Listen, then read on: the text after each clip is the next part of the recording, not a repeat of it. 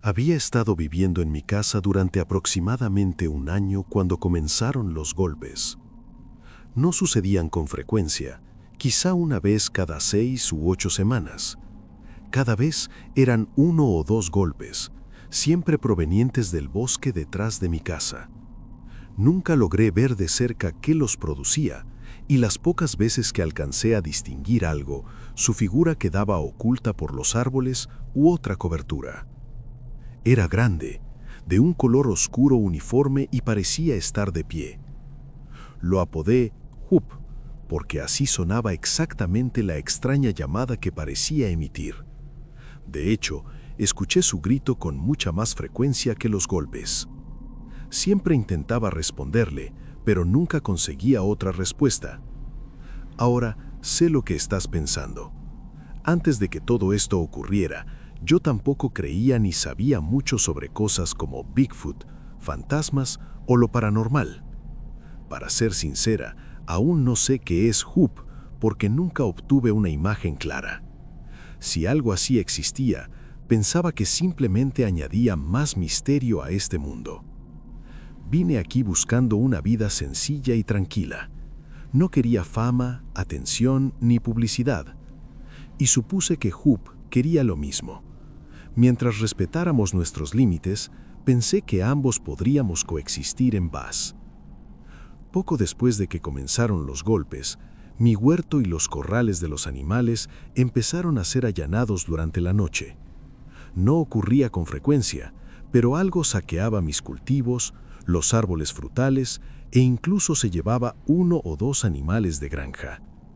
Mis cercas y corrales podían mantener alejados animales de cualquier tamaño. Nunca antes había tenido problemas, pero aquello entraba y salía con facilidad. Pronto entendí que solo podía ser Hoop. Intenté usar cámaras de rastreo para capturar una imagen y, con suerte, disuadirlo. Funcionaron al principio, pero Hoop terminó encontrando la forma de evitarlas y, si era necesario, las rompía o las arrancaba de su lugar. Después de que esto ocurriera varias veces más, se volvió evidente que las visitas nocturnas de Hoop coincidían siempre con los días en que escuchaba los golpes. Al notar esa correlación, comencé a prestar más atención y descubrí otro inquietante patrón. Siempre saqueaba el huerto o los corrales, nunca ambos en la misma noche. Cuando comparé el número de golpes con el lugar que era allanado después, todo encajó. 1 golpe significaba el huerto, 2 golpes significaban los corrales. Pensé que los golpes debían ser una forma de comunicación, hambre, y más específicamente si quería comida herbívora o carnívora. La siguiente vez que escuché a Hoop, decidí poner a prueba mi teoría. Fue un solo golpe fuerte al anochecer, seguido unos 15 minutos después por su característico grito.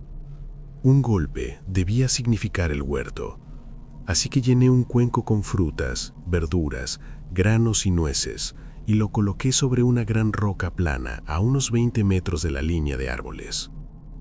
Esperaba que aquella ofrenda fuera una manera de hacerle saber a Hoop que entendía su mensaje y que en cambio se mantendría fuera de mi huerto. Funcionó. A la mañana siguiente no había señales de disturbios y todo lo que había dejado sobre la roca había desaparecido. Desde entonces, ese se convirtió en mi protocolo cada vez que escuchaba un golpe y siempre funcionaba. Meses después, mi novio Jesse se mudó conmigo y los golpes cesaron. Durante 5 o 6 meses no ocurrió nada. Supuse que Hoop se había marchado. Le conté a Jesse sobre los golpes y las ofrendas y, como era de esperarse, se mostró escéptico. Cuando no pasó nada durante los primeros meses, fue difícil culparlo por pensar que yo estaba exagerando. Entonces, de la nada, los golpes regresaron. Una noche estaba sentada en el patio trasero, admirando el collar de diamantes con el que Jesse me había sorprendido ese mismo día. Era una cadena de plata con un colgante en forma de corazón, un diamante rosa claro con bordes dorados que brillaba bajo la luz del atardecer. Salté del susto cuando escuché los golpes. claros y profundos, a no más de 15 metros del bosque.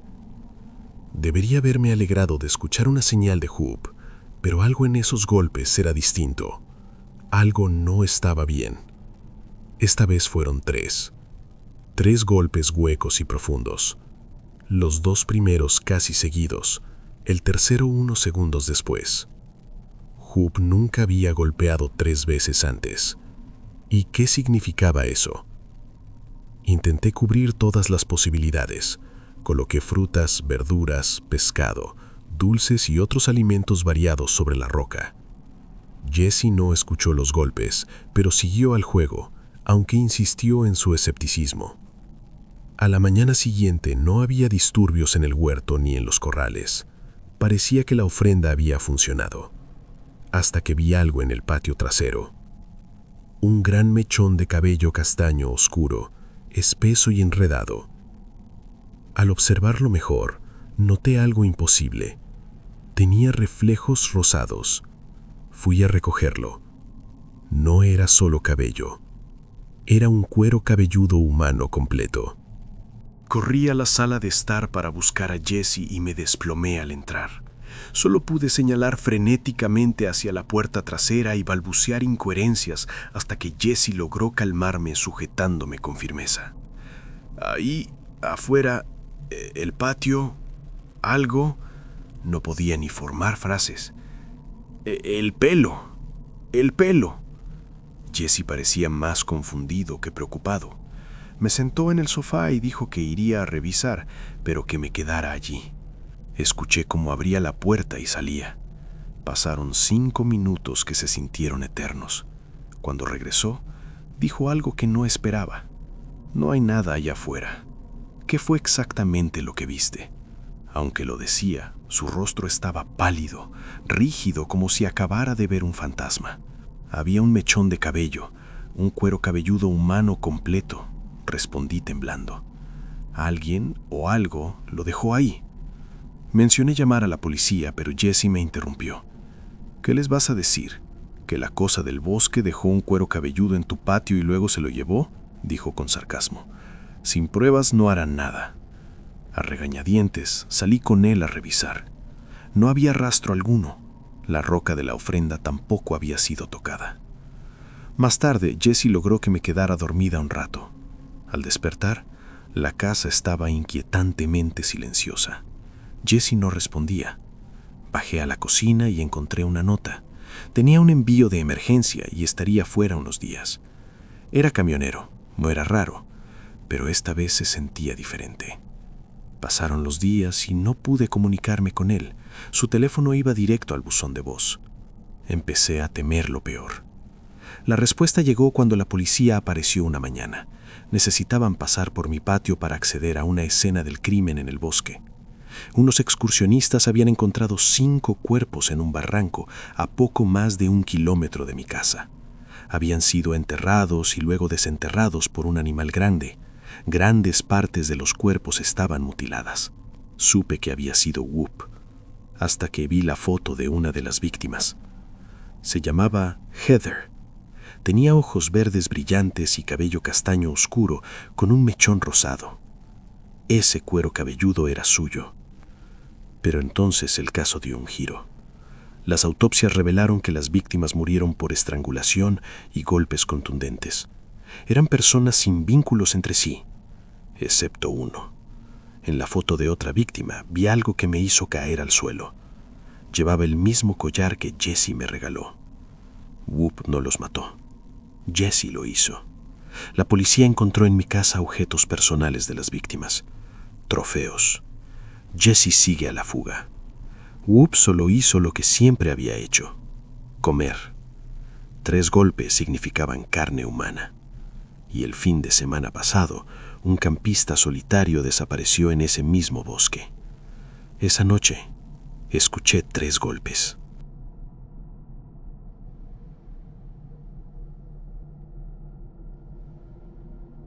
No revelaré quién soy, ni mucho sobre dónde vivo. Y, para ser honesto, han pasado algunos meses desde que sucedió esto. Pero acabo de aceptarlo ahora y tengo que advertir a la gente sobre lo que hay ahí fuera, sobre lo que ellos sabían y lo que nosotros no. Advertencia. Esta es una lectura muy larga y parte del contenido a continuación es muy perturbador, pero no puedo contenerme. Aquí está mi historia. De vez en cuando me gusta ir de excursión con mis amigos.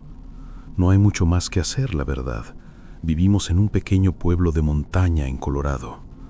Fue divertido al principio, pero ahora conocemos los senderos de memoria. A fines de verano pasado, solo había uno que no habíamos probado. Ahora bien, había una razón para eso. El sendero atravesaba una parte del bosque que los Ute consideraban sagrada. Lo admito, tengo mis complejos cuando se trata de estas cosas. No usas sombrero en una iglesia. No dejas que la bandera estadounidense toque el suelo. No caminas despreocupadamente por la tierra sagrada de alguien por diversión. Aún así, mi amigo, lo llamaremos Mark, me convenció de ir.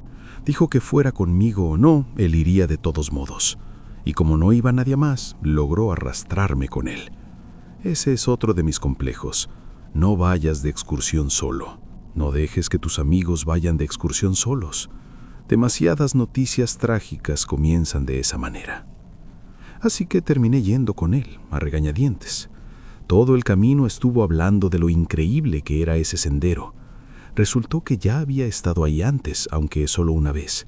Su estrategia manipuladora fue hacer que viniera para que pudiera mostrármelo. Lo admitió en la manera casual en la que los amigos admiten ser idiotas entre ellos. A veces no lo culpaba. Yo tenía tendencia a ser demasiado rígido, y lo que siguió solo reforzó eso. Llegamos alrededor de las 9, recuerdo, con tiempo sobrado. Estaba más lejos del pueblo que la mayoría de los senderos y no cerca de ningún camino pavimentado, así que había que caminar bastante para llegar. Ningún turista lo conocía, muchos lugareños e incluso algunos Ute tampoco. Pero si seguías el rastro de animales a través de un grupo de árboles, se ensanchaba y se convertía en un sendero que atravesaba terreno montañoso y densamente boscoso. Lo primero que me llamó la atención fue lo silencioso que era. Aparentemente eso era lo que Mark encontraba tan asombroso. Por alguna razón, en ese lugar en particular no se oía el canto de ningún pájaro ni ningún otro sonido de vida salvaje. Era un silencio completo y absoluto. En un momento tuve que orinar. Me aparté del camino principal para que Mark no me viera. Mientras lo hacía, vi algo entre los árboles. Parecía un claro, más allá de un arroyo poco profundo, con un tronco atravesado sobre él. Mi curiosidad se apoderó de mí al mirarlo. No parecía algo natural. Era un puente improvisado, estaba seguro. Cuando lo probé parecía estable. Puse un pie delante del otro y crucé. Al llegar al otro extremo me abrí paso entre unos árboles y vi la primera imagen del día que jamás olvidaría, aunque para muchos no hubiera parecido gran cosa. Frente a mí había vegetación, árboles, helechos y arbustos, pero de repente todo se detenía. Dentro de un círculo perfecto, rodeado de pequeñas rocas dispuestas con precisión, no había nada más que tierra lisa. Era extraño como mínimo, porque la forma de las rocas era absolutamente perfecta. Estaban parcialmente enterradas y encajaban como ladrillos. Todas eran del mismo color uniforme blanco, y al acercarme vi símbolos tallados en ellas. Eran antiguos, muy antiguos. Incluso si alguna vez tuvieron sentido, el paso del tiempo había borrado su significado. Pero lo que más me inquietó fue que el círculo no estaba intacto. En un solo punto, un borde específico, las rocas estaban levantadas y dispersas, como si hubieran sido parte de una pared perfecta que algo hizo añicos. En esa zona, la tierra lisa había sido removida. Había algo en ese lugar que me helaba por dentro. Tan silencioso como estaba el bosque, allí el silencio era aún más profundo. Me di la vuelta rápidamente y regresé con Mark, quien hizo una broma estúpida sobre el número 2. Debería haberlo obligado a irnos en ese momento. Pero no lo hice. Seguimos adelante. Después de todo, el día apenas iba por la mitad. Aunque el bosque era impresionante, al menos para Mark, el sendero me resultó decepcionante. Simplemente se extendía sin variaciones. No había desvíos ni terreno desafiante. Para Colorado todo era extrañamente plano. Apenas se sentía como una caminata. El camino era largo, muy largo. Tardamos hasta el mediodía en llegar al final y no vimos a nadie más en todo el trayecto. Y fue solo al llegar al final cuando las cosas comenzaron a ponerse realmente extrañas. El sendero no serpenteaba en absoluto y gemía internamente al saber que tendríamos que recorrerlo de regreso. Nos tomamos nuestro tiempo para almorzar. Mientras comíamos, juraría que escuché sonidos por primera vez. Había animales moviéndose en el bosque cercano. Se oía el crujir del follaje. Miré y entre las hojas vi el contorno difuso de la cabeza de un ciervo. Me pareció extraño, pero lo ignoré. Empacamos lo que quedaba de nuestros almuerzos y comenzamos el regreso. De vez en cuando volví a escuchar el crujido. Miraba hacia los árboles y muchas veces veía la cabeza del ciervo. Sin embargo, con el tiempo me di cuenta de que hacía demasiado ruido y aparecía con demasiada frecuencia. Le pedí a Mark que redujera la velocidad y se detuviera. Como siempre, bromeó, pero finalmente guardó silencio. Y aún así, ambos seguíamos oyendo el ruido. Ahora incluso Mark estaba inquieto. Se giró y volvió a ver el contorno del venado. Esta vez noté algo que no estaba bien. La cabeza estaba demasiado alta, a la altura de las ramas superiores. Yo me di cuenta. Mark no. Debería haber dicho algo. No tuve tiempo. Tan rápido como apareció, se internó de nuevo en el bosque. Recuerdo a Mark quejándose de lo molestos que eran los ciervos, diciendo que iba a espantarlos, o algo así. No recuerdo exactamente qué dijo, y eso me atormenta. Era uno de mis mejores amigos. Recuerdo que gritó, y en ese momento incluso fue gracioso. «Oye, Buck, sí, hijo de puta cachondo, déjanos en paz». Se salió del sendero y desapareció tras una loma, entre los árboles, persiguiéndolo. Hubo un minuto de silencio. Ese minuto se convirtió en 2. «Mark», llamé, sin respuesta. 5 minutos después, bajé por la cresta detrás de él. «¿Mark?»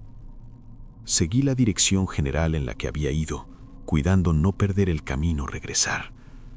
No pensaba ir muy lejos. Él era suficientemente inteligente como para no alejarse demasiado. No lo fue. Poco después encontré un lugar con claras señales de lucha. Había sangre, mucha sangre, en los árboles, en el suelo. Me maldije a mí mismo. También había otras cosas, restos de carne que preferí no mirar. Había marcas evidentes de que algo había sido arrastrado. «¡Mark!», grité furioso. Olvidé el sendero y corrí siguiendo las marcas de arrastre. Corrí demasiado lejos. Llegué a un pequeño barranco con un arroyo al fondo y me detuve por poco. No era una caída mortal, pero una lesión ahí habría sido una sentencia. El rastro terminaba allí. «¡Mark!», murmuré. «¡Mark!». Algo respondió, pero no era él. Al otro lado del barranco oí un susurro. Los árboles se movieron. Algo atravesó el follaje y se dejó ver. Esta es la segunda imagen grabada para siempre en mi mente. Dame un segundo. He pasado meses diciéndome que no fue real. Al principio vi una cabeza, la cabeza de un ciervo. Pero avanzó y me di cuenta de que estaba a más de 2 metros del suelo. Estaba frente a una criatura de más de 2 metros de altura, con cabeza de venado enorme y cuerpo humanoide. La criatura resopló. Su rostro de gamo parecía neutral, incluso asustado, como si no controlara el cuerpo que llevaba debajo. Sangre goteaba de sus cuernos, que no se parecían a los de ningún venado normal. Eran irregulares, puntiagudos, caóticos, un revoltijo de astas afiladas y manchadas de rojo. Su cuerpo humano, de piel oscura y desnudo, era grotesco. Su pene también estaba cubierto de sangre, igual que los cuernos, insinuando cosas que no quiero pensar. Sus brazos y piernas comenzaban como humanos, pero se deformaban hacia extremidades animales. Tenía cascos poderosos y manos terminadas en largas garras dentadas. En una de ellas sostenía el cuerpo de Mark, agarrado por la camisa. Durante un instante, todo quedó en silencio. Entonces sus orejas se tensaron. Soltó el cuerpo de Mark con indiferencia y comenzó a retroceder. Su cabeza colgaba torcida mientras se movía. Un pensamiento atravesó mi mente como un disparo. Va a saltar. Viene por mí. Giré y me Gedelia. Detrás de mí escuché un gruñido brutal, el impacto de su cuerpo aterrizando, luego un rugido horrible, como un ciervo y un oso grizzly gritando al unísono. Nunca había corrido así. Sentí su aliento caliente y hambriento en mi espalda. Sus manos se extendían. Juro que una de sus garras rozó mi piel. Subí desesperadamente por la pendiente hasta el sendero. No sé cómo escapé, pero lo hice. Corrí por el camino. Arrojé mi mochila para ganar velocidad. El barranco pareció retrasarlo, y esa es la única razón por la que sigo vivo. Corrí. No me detuve. Cuando dejé de oírlo, seguí corriendo igual. Al llegar al final del sendero y ver la carretera, apenas podía creerlo. Me subí a mi auto. Antes de arrancar, miré una última vez hacia el sendero. Ojalá no lo hubiera hecho. Ahí estaba, cerca del inicio, el Skinwalker, como he llegado a llamarlo. Había abandonado la persecución, pero me observaba, esperando. Su cabeza de venado colgaba muerta a un lado. La sangre en su cuerpo se estaba secando. Había recorrido todo el sendero sin mostrar cansancio alguno. Arranqué el auto y nunca regresé. Nunca encontraron a Mark. Nunca conté la verdad. Nadie me creería. Pero necesitaba decírselo a alguien. Por eso lo escribo aquí. Vuelve a mí en sueños, en pesadillas. Esa criatura. Dudo que ese bosque fuera realmente sagrado. Creo que era todo lo contrario. Porque la imagen que más me persigue no es la criatura, ni el cuerpo destrozado de Mark. Es el círculo. Ese círculo que mantuvo años a alguien. Los que sabían, los que entendían. Ese viejo círculo, abandonado por demasiado tiempo, que fue roto en silencio.